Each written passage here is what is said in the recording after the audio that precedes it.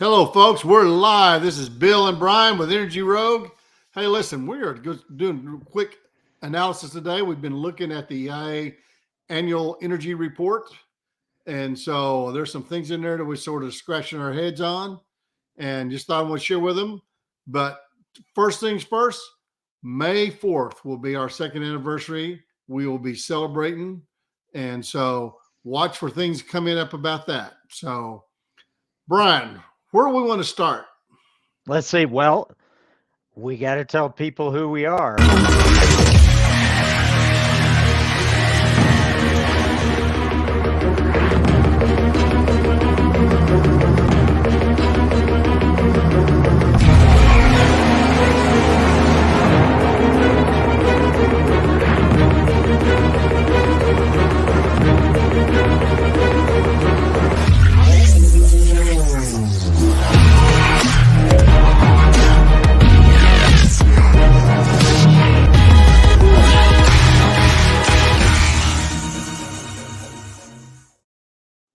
Yeah, folks, I know it's hard to believe, but I wrote the lyrics to that song. It's kind of like Bill Murray's Star Wars. Yeah, exactly. Star Wars. Speaking of, with May the 4th being our 2-year celebration. Train yourself to let go of everything you fear to lose. There you go. Let go of everything you fear to lose. That does not mean to get out of crude oil contracts. So we are looking into the future, which Yes, is we are. Difficult to see. Very difficult to see. Thank you, Yoda. So we're looking into the future. We're diving into the recently released EIA's projections for supply, demand, price on crude, gas, NGLs, everything. And when we looked at it,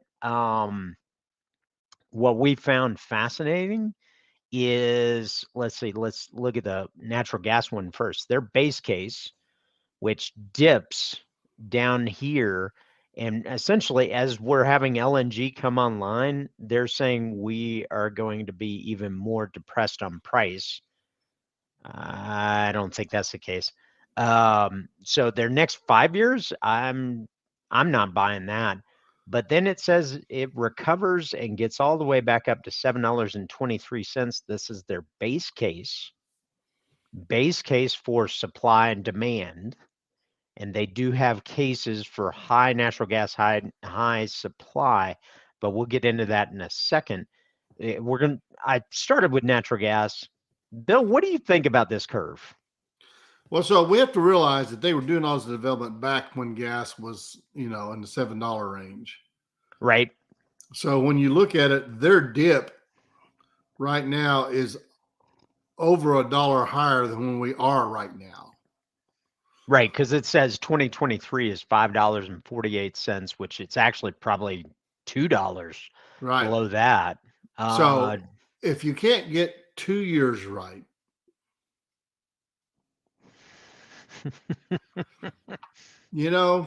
hey, it's so much easier to predict 50 years out than it is, 5 months out. Listen, it's easy to sling mud at them. I actually appreciate what the EIA does because they do a lot with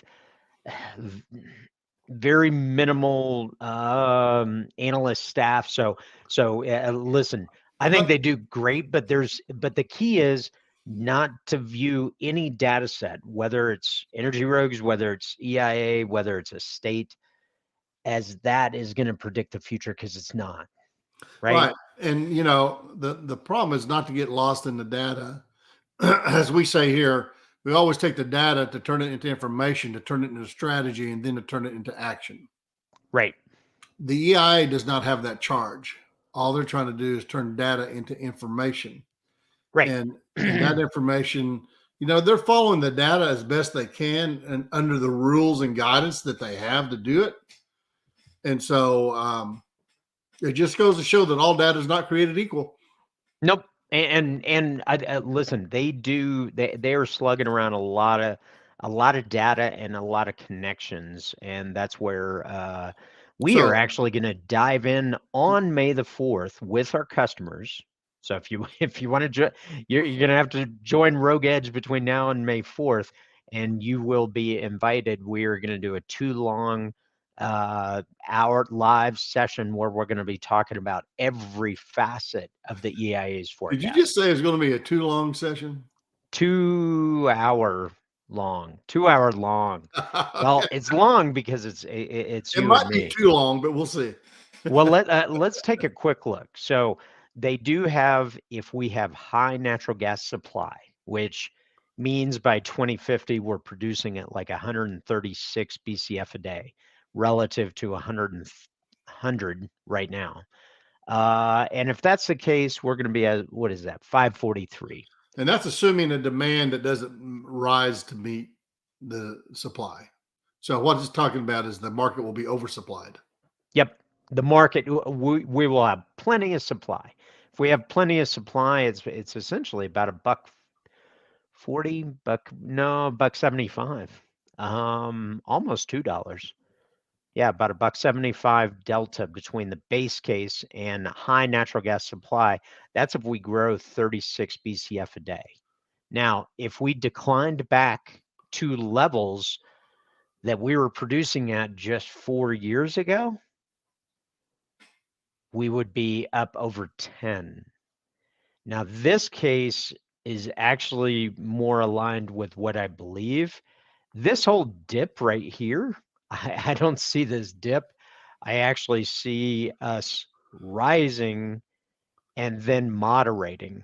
Like they see this long arc, and I know that's probably an inflation curve and some statistical models based upon GDP,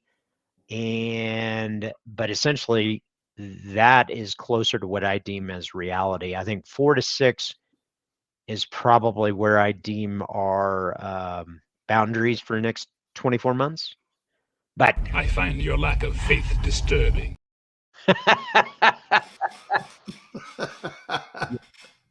yeah, and so anyway, those are the high and low cases. Should we look at crude? Or do you I will say that where I'm thinking on this is that I think we're going to be closer to their base case and maybe even below it. That'll be interesting. Okay. To see. I think we'll have enough gas. We'll have enough gas. I think we're going to be somewhere in between that base case and the high net gas supply. Yeah. Because I think producers are going to produce somewhere around the $5-6 range. So, so let's talk about crude oil. Yep. And let's talk about crude oil. So we got their base case takes us up to $187. Can you imagine? What's that in today's dollar? I think. Do you have any idea? I don't have it handy. Well, then you'll have to wait till May 4th to find out. Yeah. I think it's less than today's price. Right. Or at least equivalent to. It's because when you extrapolate inflation, this curve looks pretty flat. If you equalized everything to $2022, which we are going to cover on May the 4th. So if you're interested, and listen, if you don't want to sign up or something like that, drop us an email or schedule a meeting. We'd be happy to talk to you. We're not going to give you the full case because we still want you to subscribe. Yes. Like and subscribe. Isn't that it? Like and subscribe. So and you know what, Brian? Looking at this, what this tells me is a lot can happen in 27 years. The power of 27. The power of 27. So if we have high supply, which roughly takes us from 11, 12 million barrels a day up over 18 million barrels a day, this actually says more about $20 off that pace, but that doesn't look too. This is interesting right here. It closes a gap in 2044. I'm wondering what they have modeled there. But then if we have election year, low supply, actually they're projecting over 100 in 2024 which is closer to what I believe.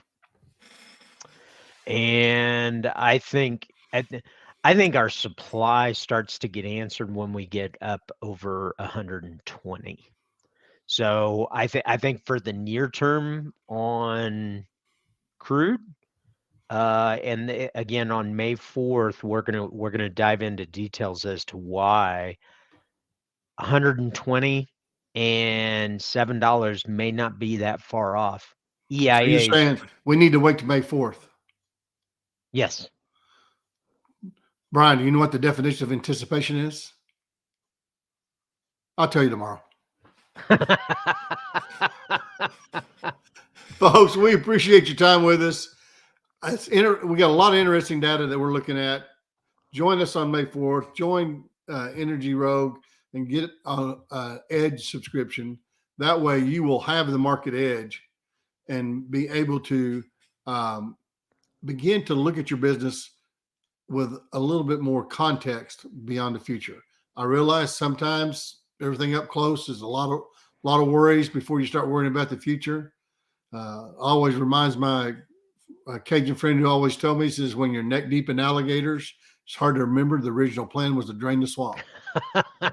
So Well, I know you may be neck deep in alligators, but you got to look at that draining the swamp too.